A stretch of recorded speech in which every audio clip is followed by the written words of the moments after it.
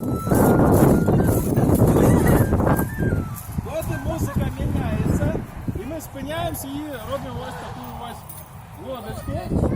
Так, і піднімаємо праву ножку вверх і робимо 3 притопи. Хоп, хоп, хоп. І лівою ножкою б'ємо в ножку і кричимо ойра, ойра.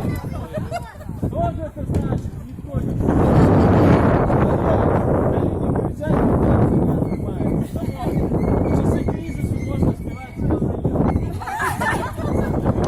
ось. І ще 3 притопи. Хоп, хоп, хоп, другой ножкой. Ойра, ойра.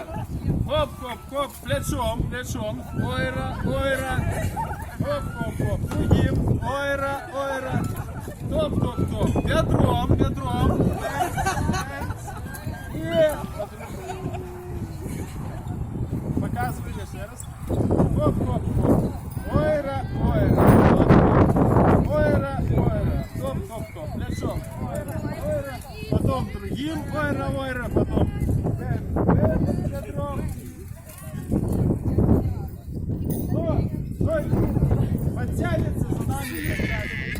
Ну что ж, поехали. Алешка, там собака, не ходи.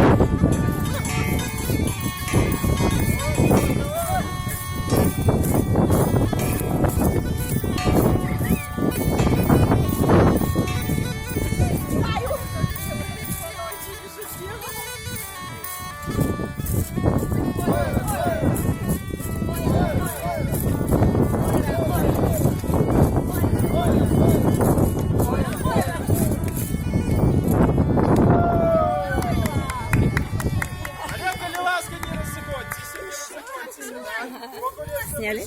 Ну, конечно. Ага.